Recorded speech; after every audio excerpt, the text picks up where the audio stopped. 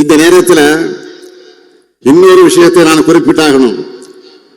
கடந்த 2021ஆம் ஆண்டு ஒன்றிய பட்ஜெட்ல ஆதிச்சநல்லூர் அருங்காட்சியகம் அமைக்க அறிவிப்பு வந்துச்சு.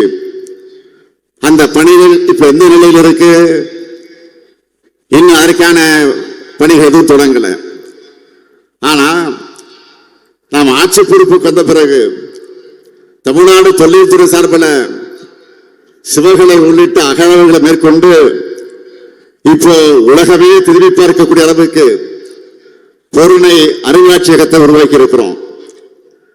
அதனால இந்த நேரத்தில் மாண்புமிகு மோடி அவர்களையும் மாண்புமிகு நிதியமைச்சராக இருக்கக்கூடிய திருமிகு நிர்மலா சீதாராமன் அவர்களையும் தமிழ்நாட்டில் கட்டியிருக்கக்கூடிய பொருணை அருங்காட்சியகத்துக்கு கீழடி அருங்காட்சியகத்துக்கு வந்து பார்க்கணும். இந்த கூட்டத்தின் மூலமாக இந்த விழாவின் மூலமாக நான் அன்போடு அவர்கள் அழைக்கிறேன். நீங்க வந்து பார்த்தாதான் தமிழுடைய நாகரிகத்தை எந்த அளவுக்கு தொன்மை கொண்டு வர தெரியும்.